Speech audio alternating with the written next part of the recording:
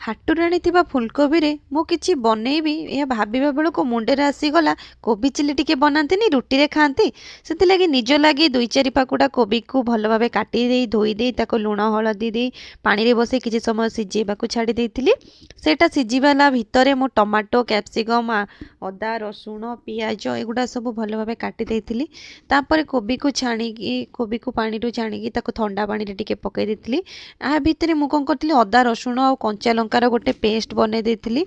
କାରଣ ଏ ପେଷ୍ଟଟା ଯେହେତୁ ମୁଁ ହେମଦସ୍ତାରେ ଆଜି ବନେଇଥିଲି, କାରଣ ମୋତେ ଛେଚା ମସଲା ଖାଇବାକୁ ବହୁତ ହି ଭଲ ଲାଗେ।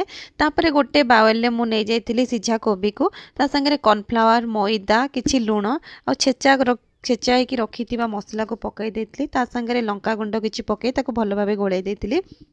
ଏ ମସଲା ଗୁଡ଼ାକ ଭଲ ଭାବରେ ଗୋଳା ହେଇଗଲା ପରେ ମୁଁ ଯେଉଁ ତେଲ ରଖିଥିଲି ସେ ତେଲ ମୁଁ ପ୍ରାୟ ଛଣା ତେଲକୁ ରଖିଦେଇଥାଏ। ସେ ଛଣା ତେଲକୁ ପୁଣି ଥରେ ମୁଁ ରିୟୁଜ୍ କରେ। ସେଥିରେ କୋବିକୁ ପୁଣି ଭଲ ଭାବେ ଛାଣି ଦେଇଥିଲି। ତେଲରେ ଛାଣି ସାରିଲା ପରେ କୋବି ଗୁଡ଼ିକୁ ଗୋଟେ ପଟେ ସାଇଡ଼୍ କରି ରଖିଦେଇଥିଲି। ତାପରେ ସେଇ ତେଲରେ ମୁଁ ନେଇଯାଇଥିଲି ଛୋଟ ଛୋଟ ପିସ୍ରେ କାଟି ରଖିଥିବା ରସୁଣ ଅଦା କଞ୍ଚା ଲଙ୍କା କ୍ୟାପ୍ସିକମ୍ ଆଉ ପିଆଜକୁ ଆକୁ କିଛି ସମୟ ଭଲ ଭାବରେ ମୁଁ ଭାଜିଥିଲି। କାରଣ ଯେହେତୁ ରସୁଣର ଟିକେ ସ୍ମେଲ୍ ଆସେ, ତେଣୁକରି ଆକୁ ଟିକେ ଭଲ ଭାବେ ମୁଁ ବହୁତ ସମୟ ଧରି ଭାଜିଥିଲି।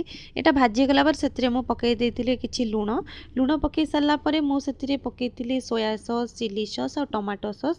କାରଣ ଏଇ 3ଟା ସସ୍ ହିଁ ଚିଲିରେ ବହୁତ ହି ମାନେ ଦରକାର ଆସିଥାଏ। ତାପରେ ମୁଁ କୋବିକୁ ସେଥିରେ ପକାଇ ଦେଇ ଭଲ ଭାବେ ଭାଜିଥିଲି। ତାପରେ ମୁଁ କର୍ଣ୍ଣଫ୍ଲାୱାର ଆଉ ପାଣିକୁ ଗୋଳେଇକି ସେ ସ୍ଲରିଟାକୁ ତାକୁ ଦେଇଥିଲି। ତାପରେ କିଛି ସମୟ ତାକୁ ମିଶାଇ ସାରିଲା ପରେ ଦେଖନ୍ତୁ ମୋର ଏବେ ଚିଲି କୋବି ପୁରା ରେଡ଼ି। ଲାଷ୍ଟକୁ ମୁଁ ଧନିଆ ପତ୍ରକୁ ପୁରା ପକାଇକି ପୁରା ଟେଷ୍ଟି ବନେଇ ଦେଇଥିଲି। ଯଦି ଆପଣମାନଙ୍କୁ ଏ ରେସିପି ଭଲ ଲାଗେ ତାହେଲେ ମୋ ଚ୍ୟାନେଲକୁ ସବସ୍କ୍ରାଇବ୍ କରିଦେବେ।